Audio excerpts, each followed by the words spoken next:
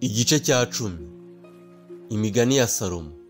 Umwana w'umunyabwenge anezeza se, ariko umwana upfapfana ababaza nyina. Ubutunzi bubi ntacyo bumara, ariko gukiranuka kudukiza urupfu.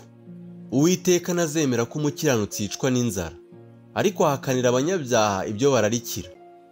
Ukoresha ukuboko kudeha azakena, ariko ukuboko k'umunyamwete gutera ubukire.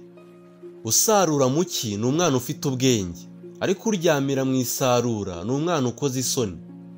Amahirwe ari ku mutwe w'umukiranutsi, ariko urugomo rutwikira akanwa k'abakiranirwa. Kwibuka umukiranutsi kuzana umugisha, ariko izina ry'umunyabyaha ryo rizabora. Umunyabwenge mu mutima yemera amategeko, ariko umupfu w'umunyamagambo azangwa. Ugenda atunganye aba agenda akomeye, ariko uyobya inzira ze azamenyekana. Uwicanira amaso atera umubabaro, kandi umupfu w'umunyamagambo azangwa. Akanwa k'umukiranutsi ni isoko y'ubugingo, ariko urugomo rupfuka umunwa w'abanyabyaha. Urwangano rubyutsa intonganya, ariko urukundo rutwikira ibicumuro byose. Ku munwa w'ujijutse haboneka ubwenge, ariko ibitugu by'udafite umutima bihanishwa inkoni. Abanyabwenge bikoranyiriza kumenya, ariko akanwa k'umupfapfa ni akaga karimbura vuba. Ubutunzi bw'umukire bumubera umudugudu ukomeye, ibitsemba abatindi ni ubukene bwabo. Umurimo w'umukiranutsi werekeye ku bugingo, inyungu z'umunyabyaha zerekeye ku byaha.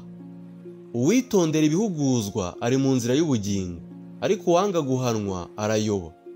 Uhisha urwango ni umunyamunwa uryarya, kandi ubeshyera undi aba ari umupfu. Amagambo menshi ntaburamo ibicumuro, uwirinda mu byo avuga ni umunyabwenge. Ururimi rw'umukiranutsi ni ifeza y'indobanure, umutima w'inkozi y'ibibi ni uw'umumaro muke. Umunwa w'umukiranutsi ugaburira benshi, ariko abapfapfa bapfa bazize kubura ubwenge.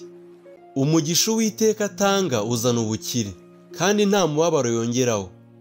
Gukora ibibi umupfapfa abyita ibikino, ariko umuhanga yishimira ubwenge.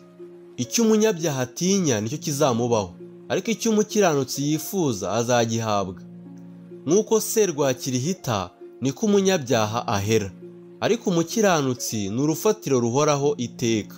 Nk'uko umushari wa vino usharirira akanwa, kandi nk'uko umwotsi ubabaza amaso, niko umunyabute amerera abamutuma. Kubaha Uwiteka gutera kurama, ariko imyaka y'umunyabyaha izatuba. Kwiringira k'umukiranutsi ni umunezero, ariko icyo umunyabyaha yifuza kizahera.